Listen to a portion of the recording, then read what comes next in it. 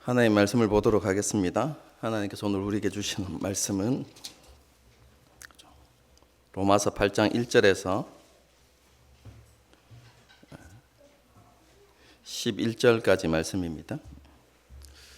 그러므로 이제 그리스도 예수 안에 있는 자에게는 결코 정죄함이 없나니 예수 안에 있는 생명의 성령이 사망의 법에서 너를 해방하였음이니라.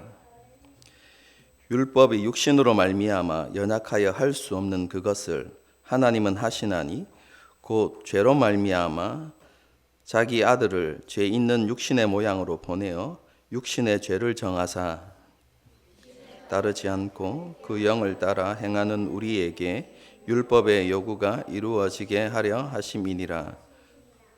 육신을 따르는 자는 육신의 일을, 영을 따르는 자는 영의 일을 생각하나니 육신의 생각은 사망이요 영의 생각은 생명과 평안이니라. 육신의 생각은 하나님과 원수가 되나니 이는 하나님의 법에 굴복하지 아니할 뿐 아니라 할 수도 없음이라. 육신에 있는 자들은 하나님을 기쁘시게 할 수 없느니라. 만일 너희 속에 하나님의 영이 거하시면 너희가 육신에 있지 아니하고 영에 있나니 누구든지 그리스도의 영이 없으면 그리스도의 사람이 아니라. 안에 계시면 몸은 죄로 말미암아 죽은 것이나 말미암아 살아있는 것이니라. 함께 읽습니다.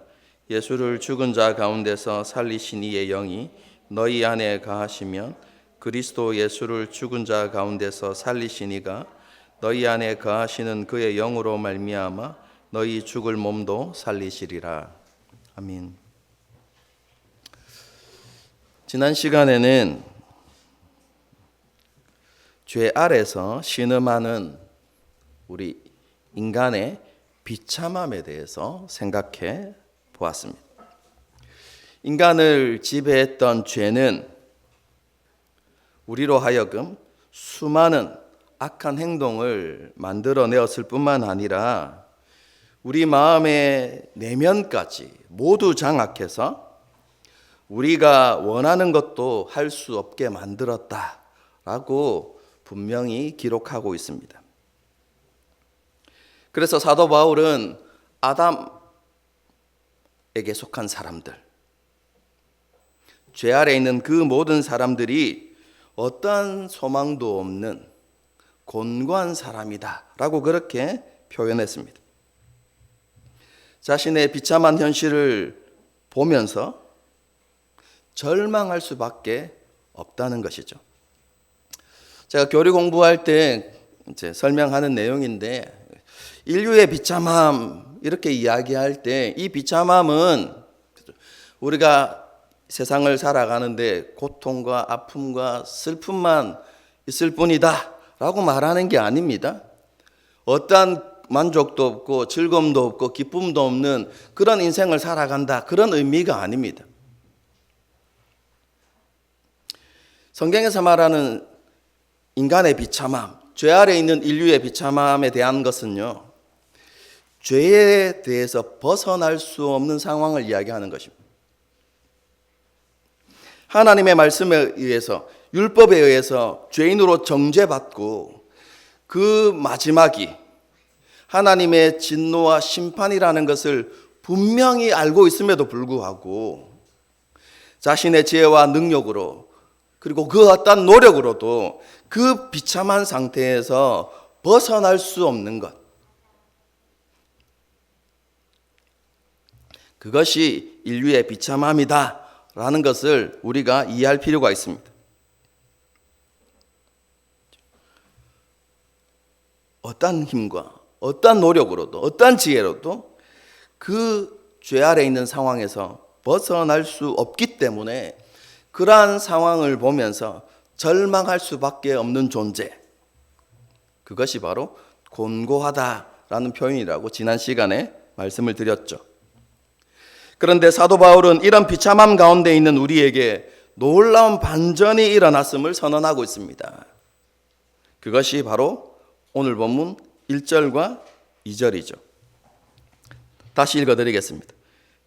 그러므로 이제 그리스도 예수 안에 있는 자에게는 결코 정죄함이 없나니 이는 그리스도 예수 안에 있는 생명의 성령의 법이 죄와 사망의 법에서 너를 해방하였습니다. 사도 바울은 소망이 보이지 않는 비참함 속에 있었던 우리가 건짐받게 되었고 죄와 관련한 모든 문제가 해결되었다라고 그렇게 선언하고 있습니다. 그런데 이러한 놀라운 반전을 이루어 주신 분이 누구이십니까? 바로 예수 그리스도이십니다. 조금 더 구체적으로 이야기하면 이러한 놀라운 반전을 가져오게 한 것은 하나님의 신실하심과 예수 그리스도의 신실하심입니다. 이것은 우리가 로마서 7장까지 계속해서 살펴보았던 내용이죠.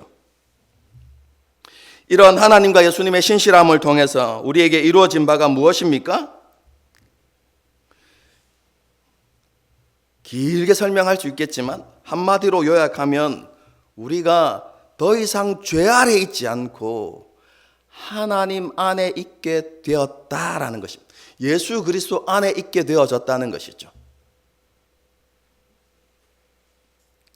죄의 권세 아래 있는 것이 아니라 예수님의 다스림과 통치 안으로 들어가게 되었다라고 이렇게 이야기하는 것이죠. 어떻게 우리가 예수 그리스도 안에 들어가게 되었습니까? 우리가 너무나 잘 알고 있는 가장 중요한 핵심 진리죠. 메시아이신 그분을 믿음으로. 그것이 하나님 나라의 핵심이라고 말씀드렸죠.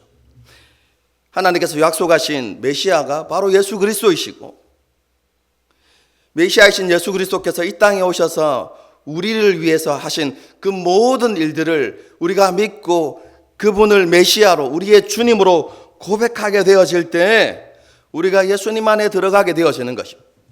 우리가 그렇게 예수님을 믿고 고백할 때 우리 안에 성령께서 임하시고 성령님을 통해서 우리가 예수님과 온전한 연합을 이루게 되는 것이죠. 그래서 예수님의 죽음이 곧 우리의 죽음이 되어지고 예수님의 의로움이 곧 우리의 의로움이 되어지는 것이죠.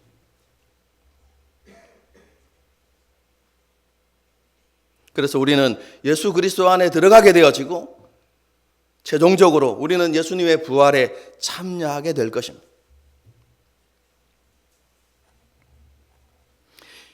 우리가 이렇게 예수님 안에 거하게 되어지면 더 이상 정죄함이 없다라고 사도 바울이 우리에게 선언합니다. 여러분, 정죄함이 없다라는 말이 무슨 말이라고 했습니까? 여러분, 그 성경에서 말하는 이런 진리를 여러분 구체적으로 정확하게 잘 이해하고 있어야만 합니다.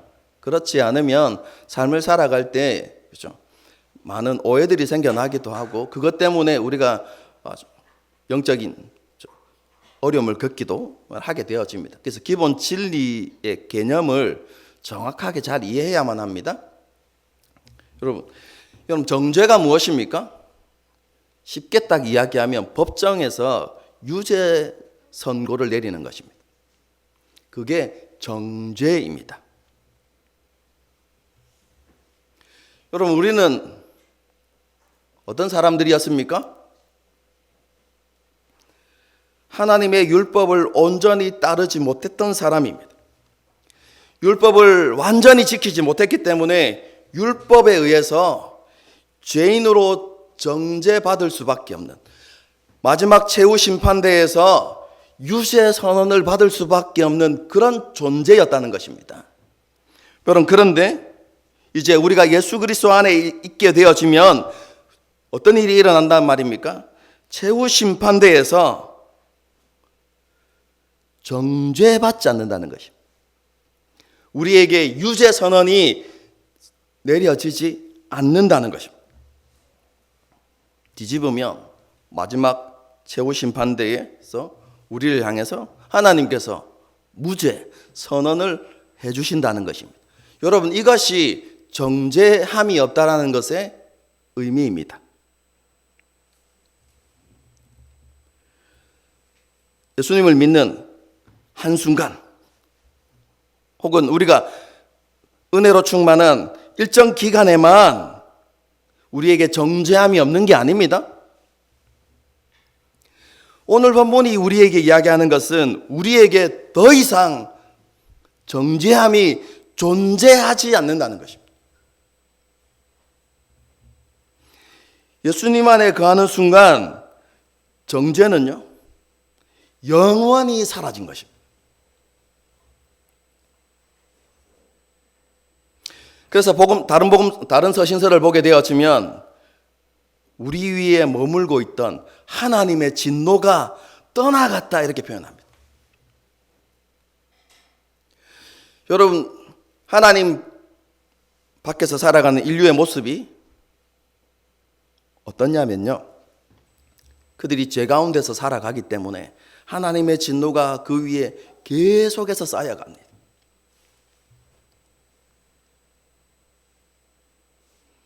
그리고 그 진노가 언제 쏟아질지 모르는 삶을 살아가는 것이죠. 그래서 시편 기자가 참 재미있고 놀라운 표현을 합니다. 하나님께서 악인을 향하여서 활 시위를 당기심이 이렇게 되어 있습니다. 그런데 그 시위가 언제 놓아질지 모르는 겁니다. 하나님께서 그 활 시위를 놓는 그 순간에 그 사람에게 하나님의 진노가 쏟아지는 것이죠. 여러분, 그게 심판입니다.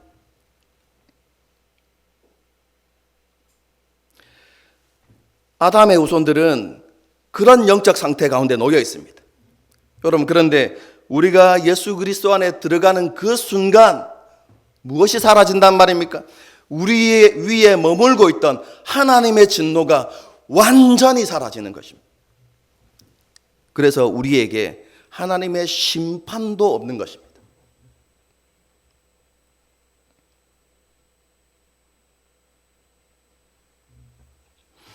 여러분, 어떻게 이런 일들이 일어날 수 있었습니까? 오늘 본문을 보게 되어지면 생명의 성령의 법이 죄와 사망의 법에서 우리를 해방시켰기 때문이다 라고 이렇게 이야기하고 있습니다. 여러분, 죄와 사망의 법이 뭘까요? 이것을 율법으로 이해하는 분들이 간혹 있는데요, 죄와 사망의 법은 율법을 가리키는 것이 아닙니다. 율법은 거룩하고 선하고 의로운 것이라고 했죠. 죄와 사망의 법이 될 수 없습니다. 여러분, 오늘 본문에서 죄와 사망의 법이라고 이야기하는 것은 특정한 법을 이야기하는 것이 아니라 율법을 통해서 우리의 죄가 드러나고 죄인으로 판결받을 수밖에 없었던 우리의 실존에 대해서 이야기하는 것입니다.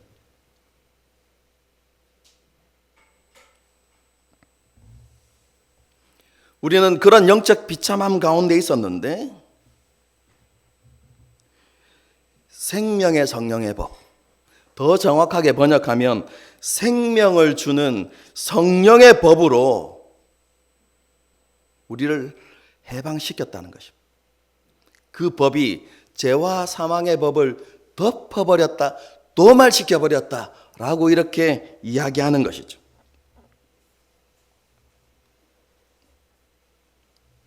앞에서 죄와 사망의 법이 단순하게 어떤 우리가 생각하는 성문화되어진 법을 이야기하는 것이 아니라 우리의 실존을 이야기했던 것처럼 생명의 성령의 법도 마찬가지입니다. 우리가 복음 안에서 우리에게 이루어진 그 하나님의 은혜를 이야기하는 것이고, 예수 그리스도 안에서 우리 안에 일어난 신분의 변화들, 이런 것들을 통틀어서 이야기하는 것이 생명을 주는 성령의 법입니다. 우리가 예수 그리스도 안에서 하나님 앞에 의롭다 하심을 받았고, 하나님의 자녀의 신분을 얻었고, 그리고 하나님께서 주시는 생명을 받아서 죄의 결과인 죽음과 심판에서 해방되어졌다 라는 것을 말하는 것이 바로 1절과 2절의 내용인 것입니다. 그런데 3절에서 밝히고 있는 것처럼 이것은 우리가 할 수 있는 일들이 아니었어. 뿐만 아니라 율법이 그것을 우리에게 이루어 줄 수도 없었습니다. 우리는 육신에 속한 사람, 다르게 이야기하면 죄를 주인으로 섬기며 살았던 사람이었기 때문에 죄와 사망의 법에서 벗어날 수 없었습니다. 율법이 우리에게 의롭고 선하고 거룩한 삶이 무엇인지 가르쳐 줄 수는 있었지만 그러한 삶을 살도록 우리에게 그런 능력을 주지는 못했습니다. 그런데 하나님께서 이 일을 이루어 주신 것이죠. 어떻게 해요? 자기의 아들을 죄 있는 육신의 모양으로 보내셔서 이 일을 이루셨던 것입니다. 그 내용에 대해서는 우리가 너무나 잘 알고 있지만 다시 한번 말씀드립니다. 왜냐하면 오늘 설교의 결론과 깊은 관련이 있기 때문에 그렇습니다. 예수님께서 하늘의 영광을 버리고 종의 모습으로 이 땅에 오셨죠. 이 땅에서 수많은 환난과 고난 가운데서도 온전한 순종의 삶을 살아가셨습니다. 율법을 완벽하게 따르시고 지키시는 삶을 살아가셨던 것이죠. 그리고 우리의 죄를 용서하시기 위해서 우리가 지었던 그 모든 죄를 짊어지시고 십자가에서 우리를 대신해서 하나님의 진노와 심판을 받으셨습니다.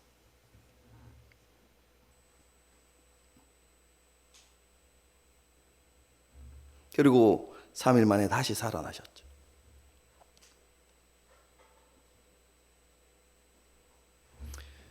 그리고 하나님께서 우리에게 약속해 주셨습니다. 예수님이 바로 그 일을 위해서 하나님께서 보내신 메시아이심을 믿고 예수님의 사역의 의미를 깨닫고 예수님을 주님으로 고백하는 사람들에게 모든 죄를 용서해 주시겠다고 약속하셨고 예수님의 의를 더딥혀 주시겠다고 말씀해 주셨습니다.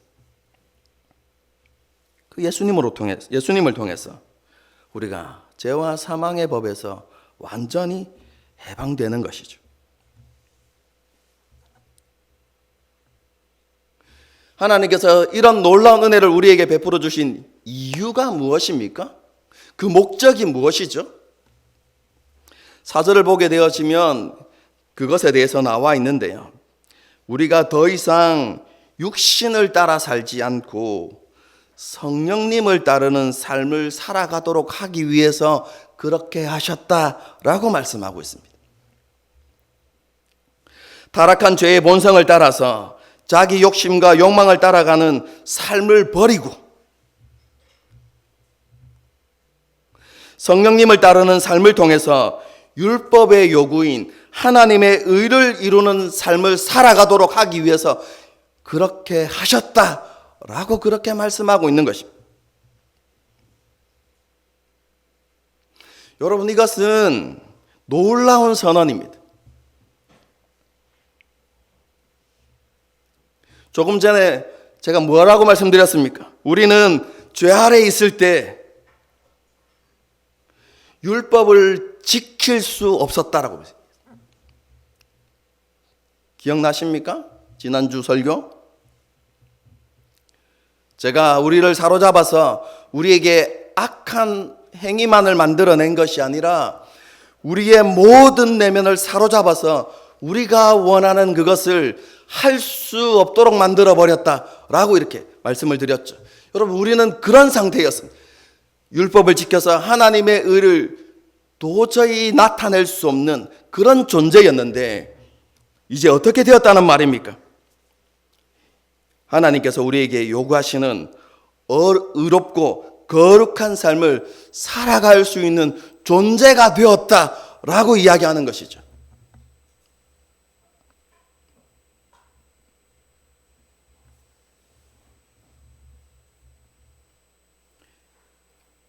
어떻게 이러한 삶이 가능하게 되어졌습니까? 답은 하나입니다. 하나님께서 보내주신 성령님을 통해서입니다. 사도 바울이 너무나 분명한 어조로 우리에게 이야기합니다. 우리가 성령님의 인도하심을 따라서 살아갈 때 비로소 우리에게 율법이 요구하는 바가 이루어진다라고 말씀하는 것입니다.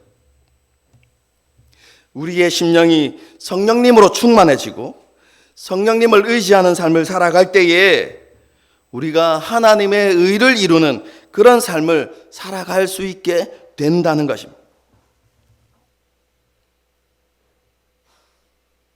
제가 잘 쓰는 표현이죠. 되어진다라는 것입니다.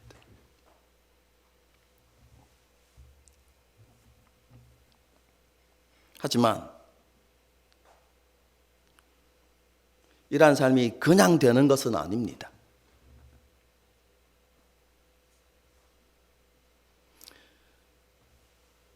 제가 반복해서 다시 설명하는 것이지만 여러분, 우리의 지금 영적인 상태에 대해서 바르게 이해하셔야만 합니다. 여러분, 우리가 하나님의 약속을 믿고 예수님을 주님으로 고백한다고 해서 우리의 타락한 본성까지 완전히 새로워지는 것이 아닙니다.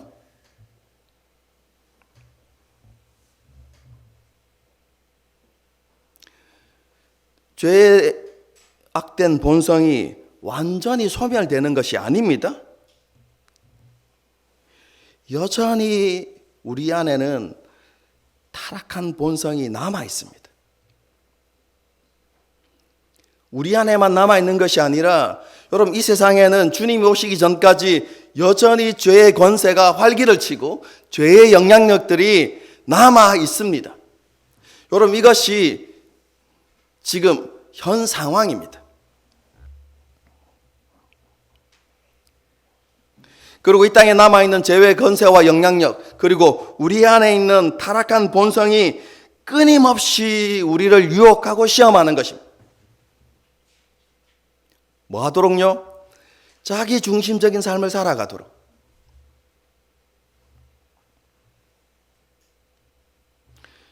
우리의 욕심과 욕망을 쫓는 삶을 추구하도록 계속해서 우리를 유혹하고 시험합니다. 그리고 우리가 성령님을 따르는 삶을 살지 못하도록 끊임없이 우리에게 싸움을 걸어오는 것이죠. 여러분, 그것이 지금 우리의 현 상황입니다. 여러분, 그래서 예수님 안에 있는 우리에게 항상 두 가지 삶의 선택지가 있습니다.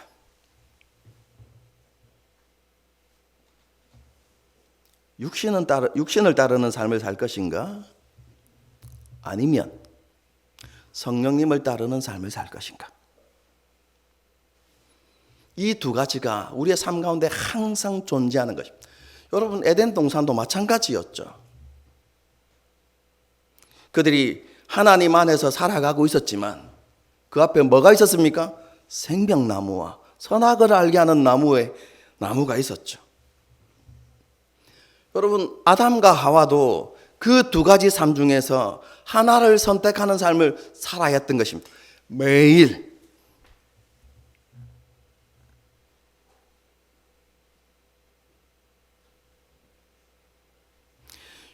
그 삶의 원리는 변하지 않습니다, 여러분. 우리가 예수 그리스도 안에 있다 하더라도 우리는 두 가지 중 하나를 선택하며 살아가야만 합니다. 생명나무를 선택할 것인가, 선악을 하는 나무를 선택할 것인가. 본문의 말대로 하면 우리가 육신을 따를 것인가, 아니면 성령님을 따를 것인가. 매일의 삶 속에서 선택해야 하는 선택지입니다.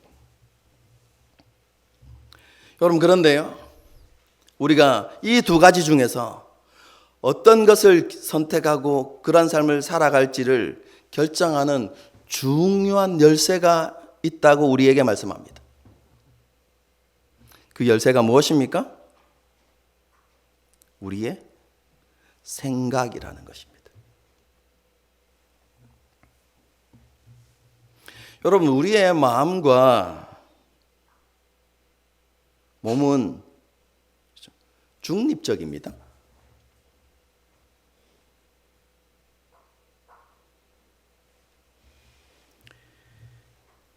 마음과 몸은 두 가지 선택지 중에 어떤 곳으로도 갈 수 있습니다.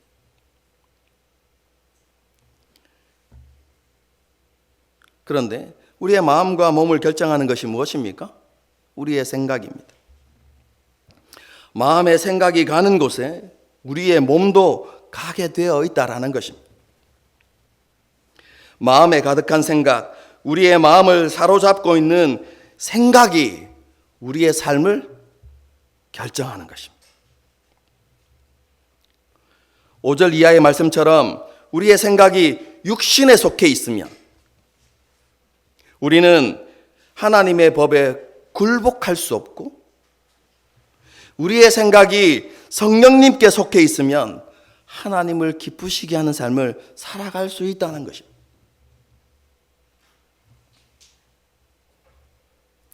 우리의 생각이 항상 자기중심적이고 부와 성공만을 추구하고 남을 지배하고 통제하려는 것으로 가득하다면 우리는 여전히 죄 아래서 살아갔던 삶, 우리의 욕심과 욕망을 따르는 삶을 살아갈 수밖에 없다는 것입니다.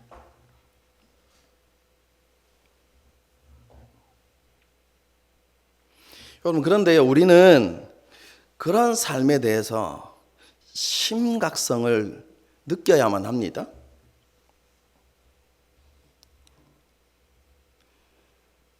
우리는 연약한 존재인데 그런 삶을 살 수도 있지. 여러분, 이렇게 생각해서는 안 된다는 것이죠.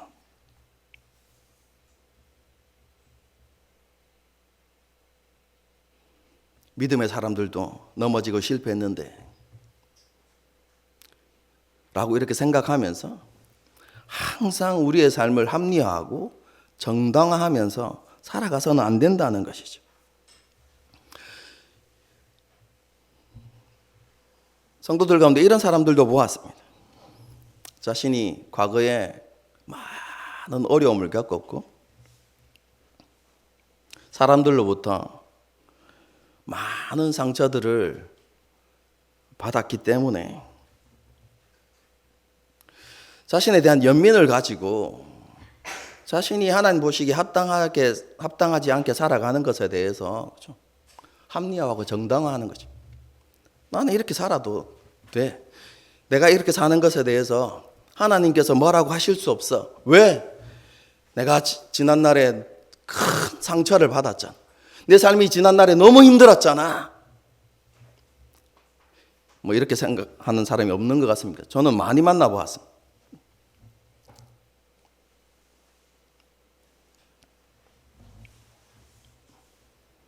사람들도 나에게 함부로 그렇게 말할 수 없어. 그 사람들이 내가 받은 상처와 내 삶이 얼마나 공고했는지, 얼마나 어려웠는지를 그 사람들이 안다면 내가 이렇게 살아가는 것에 대해서 사람들이 함부로 말할 수 없어. 여러분, 이런 생각들을 가지고 자기의 생각과 삶을 합리화하는 여러분 그런 삶을 살아가는 사람들을 보았습니다. 여러분, 이것은 합당한 생각이 아닙니다. 오늘 본문이 우리에게 너무나도 분명하게 가르치는 바가 있습니다.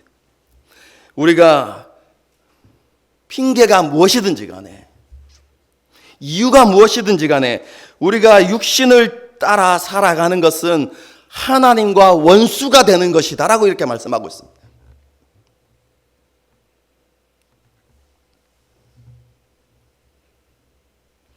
우리가 육신의 생각을 가지고 살아간다면 우리는 하나님의 법에 굴복할 수 없다라고 말씀합니다. 하나님을 기쁘시게 할 수 없는 것입니다.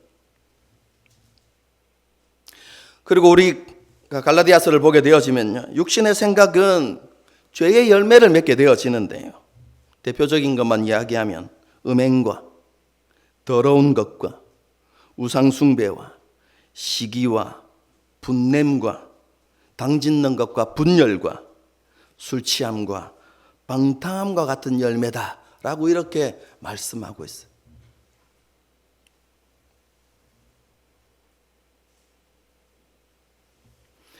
이런 죄의 열매를 맺으며 살아가는 것은요, 그리스도 안에 있는 우리에게 합당한 삶의 모습이 아닙니다.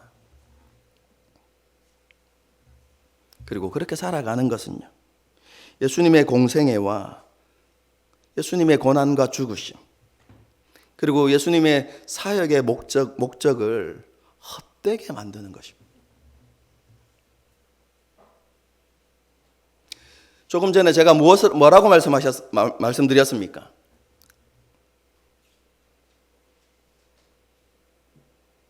우리를 죄와 사망의 법에서 벗어나게 하신 이유가 뭐라고 했습니까? 그 목적이 뭐라고 했습니까?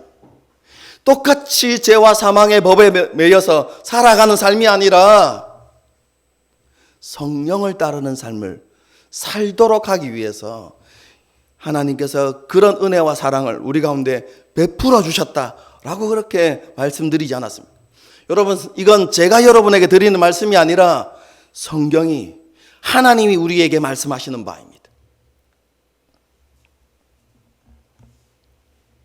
그래서 사도 바울은 이런 이전의 헛된 삶에서 돌이켜서 성령님을 따르는 삶을 살아가야 한다고 우리에게 말씀하고 있는 것이죠.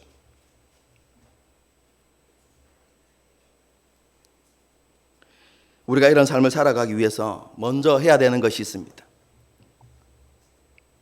우리의 마음을 영의 생각으로 가득 채우는 것입니다. 여러분, 영의 생각이 무엇이겠습니까? 이것은 종교적인 일이나 행위 혹은 신비한 현상, 이런 것들을 이야기하는 것이 아닙니다. 영의 생각이라는 것은 크게 두 가지로 생각해 볼 수 있습니다. 첫 번째는 예수님에 대한 생각을 말하는 것입니다. 그리고 두 번째는 예수님을 통해서 우리에게 이루어진 것들에 대한 생각입니다. 성령님을 따르는 삶을 살아가기 위해서는요, 우리는 가장 먼저 우리의 마음 가운데 예수님에 대한 생각으로 가득 채워야만 합니다. 예수님이 누구이신지, 예수님께서 어떠한 말씀을 가르치셨는지, 예수님의 소원이 무엇인지, 그리고 예수님께서 우리에게 어떤 일을 행하셨는지, 여러분, 이런 것들을 기억하면서 예수님을 더 깊이 알아가고자 하는 그런 소망을 가지고 살아가는 것, 여러분, 그것이 바로 영의 생각으로 우리의 마음을 가득 채우는 것입니다. 그런데 여기서 끝나는 것이 아니라요, 한 걸음 더 나아가서 예수님의 마음을 품고 예수님이 생각하신 방식으로 살아가려는 그런 노력을 하는 것. 여러분에게 추천하고 싶은 책이 있는데요, 예수님이라면 어떻게 하셨을까? 굉장히 고전입니다. 우리가 삶을 살아가면서 무언가를 결정해야 될 때, 무언가를 선택해야 될 때 떠올려야 하는 의문이 무엇입니까? 예수님이라면 어떻게 하셨을까? 여러분, 그런 생각을 가지고 살아가는 것, 여러분, 그것이 바로 영의 생각을 우리 마음 가운데 채우는 것입니다. 두 번째는요, 예수님을 통해서 우리에게 이루어진 것을 생각하며 살아가야만 합니다. 하나님께서 우리를 얼마나 사랑하셨는지,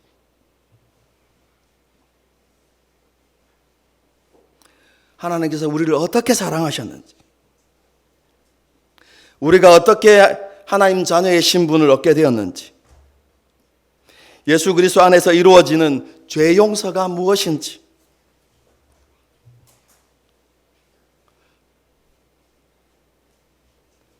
우리의 영원한 소망은 무엇인지, 그리고 우리의 영광스러운 부르심은 무엇인지, 여러분, 이런 것과 같은 것들을 반복해서 생각하고 그것을 마음에 새기며 살아가야 한다는 것이죠. 이런 것들을 잊지 않고 이런 것들이 우리 마음에 충만해져서 우리의 생각과 관점을 지배하게 만들고 말과 행동을 지배하게 해야 하는 것이죠.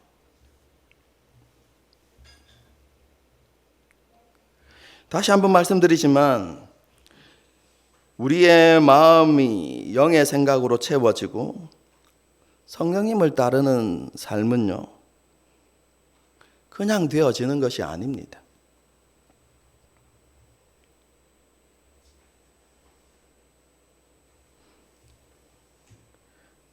우리가 성령님을 따르는 그런 삶을 살아가기 위해서는 우리 마음 깊이 뿌리 내리고 있는 죄악된 본성을 죽여나가야만 합니다.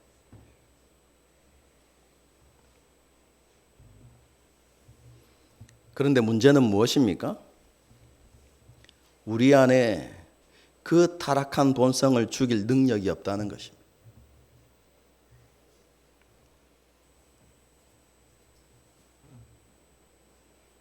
그뿐만 아니라 우리 안에는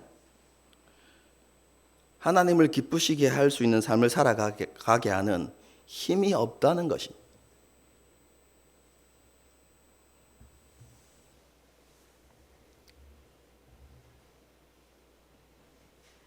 어떻게 해야 됩니까?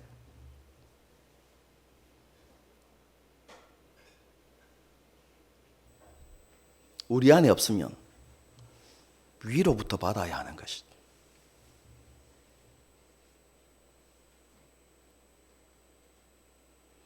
그 위로부터 내려오는 능력이 무엇입니까? 바로 성령님이십니다.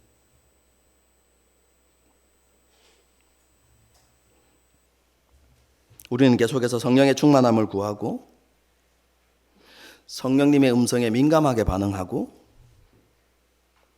성령님을 의지하는 삶을 살아가야만 합니다. 여러분, 이것은 교리가 아닙니다. 그리스도인의 삶의 실제입니다.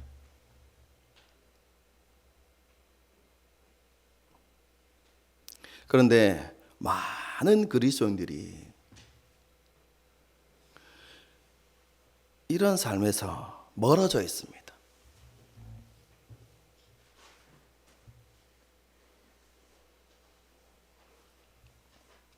다시 성경이 원하는 삶의 원리로 우리가 돌아가야만 합니다. 우리가 성령님의 충만함을 구하고 성령님을 의지하는 삶을 간구할 때 우리 안에 죄악된 본성이 점점 죽어져 가는 것입니다. 다르게 표현하면 우리의 마음에 영의 생각으로 가득 채워지게 되면 죄악된 본성이 점점 죽어지는 것이죠. 우리의 마음이 예수님으로 가득 채워지고 우리에게 베풀어 주신 은혜와 사랑에 대한 감사와 사랑으로 풍성해지면 여러분, 우리 안에 있는 죄의 힘은 점점 고갈되어져 가는 것입니다.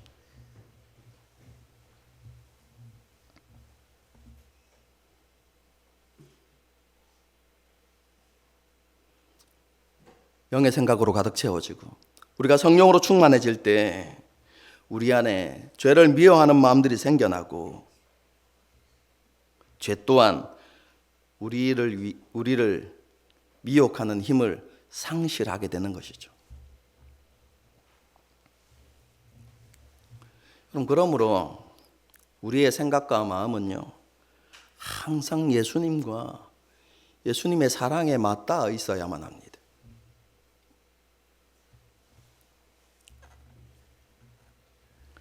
우리의 마음의 생각이 삶으로 드러난다는 것을 기억하십시다.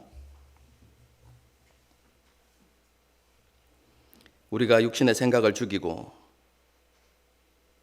성령님을 따르는 삶을 살아가기 위해서는요, 항상 자신에게 설교해야만 합니다. 예배 시간에 설교만 듣는 것이 아니라 항상 우리 스스로 우리 자신을 향해서 설교를 해야 돼. 여러분, 그런데 율법적인 설교가 아닙니다. 해야 하는 것과 하지 말아야 하는 것을 떠올리면서 넌 이렇게 살아야 돼, 이렇게 설교하는 게 아닙니다. 뭘 설교해야 됩니까? 한없는 하나님의 은혜를 설교해야 됩니다. 한없는 하나님의 사랑을 우리에게 설교해야 되는 것이죠. 특별히 시험을 당할 때는 더더욱 그렇습니다.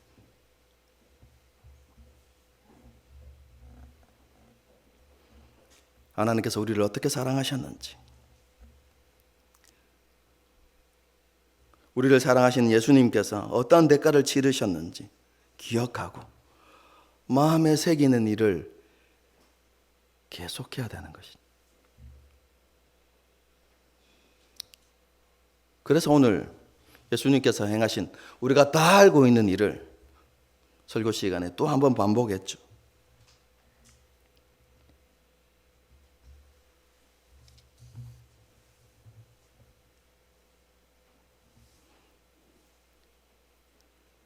죄의 유혹과 시험이 일어날 때마다 이렇게 외치십시오. 난 하나님의 사랑받은 자녀야.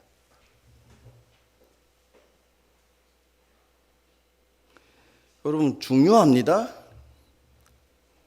죄가 유혹할 때 난 이렇게 살 거야. 아니요. 그렇게 하지 마시고 하나님의 은혜와 사랑을 노래하십시오.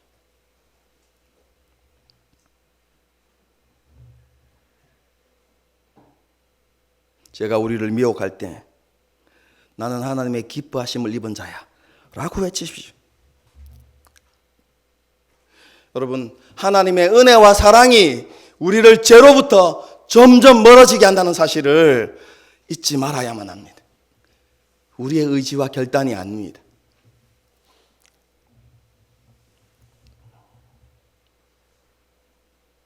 다시 말씀드리지만 끊임없이 하나님의 은혜와 사랑에 대한 설교를 자신에게 선포하십시오.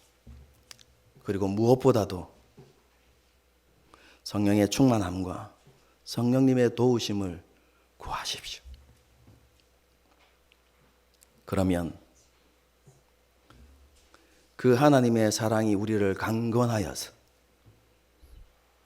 그 성령의 능력이 우리를 붙들어서 우리에게 되어지는 삶, 하나님의 의가 우리에게 이루어지는 삶이 이루어지게 하실 것입니다. 올 한 해 이런 은혜. 성령님을 따르는 삶을 살아가게 되어지는 이 은혜를 누리게 되는 저와 여러분이 될 수 있기를 주님의 이름으로 축복합니다. 함께 찬양하고 기도하는 시간을 갖도록 하겠습니다.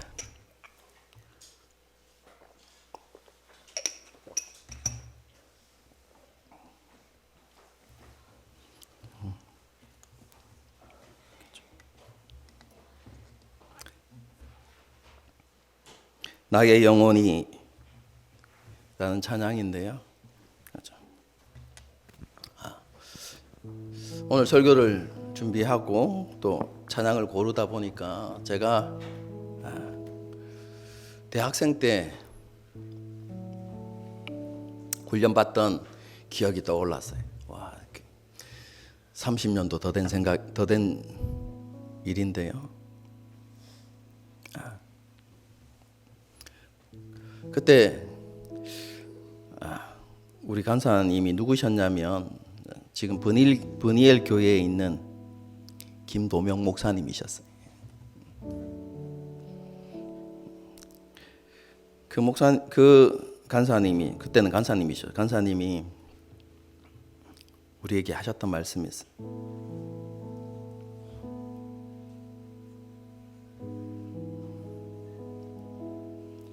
힘들고 지치고 우리에게 영적인 침체가 찾아올 때 이렇게 외치라고 했어요. 내 영혼아, 어찌하여 불안하여 하는고? 내 영혼아, 어찌하여 낭망하는고? 내 영혼아, 너는 고개를 들고 하나님을 바랄지어다. 내 영혼아, 깰지어다.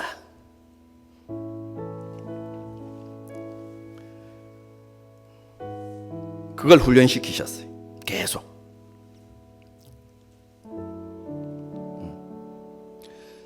그런 훈련을 통해서 그렇죠? 제가 여러분에게 써먹는 표현들이 있죠. 그게 뭐냐면 넘어지면 어때? 다시 일어서서 걸어가면 되지.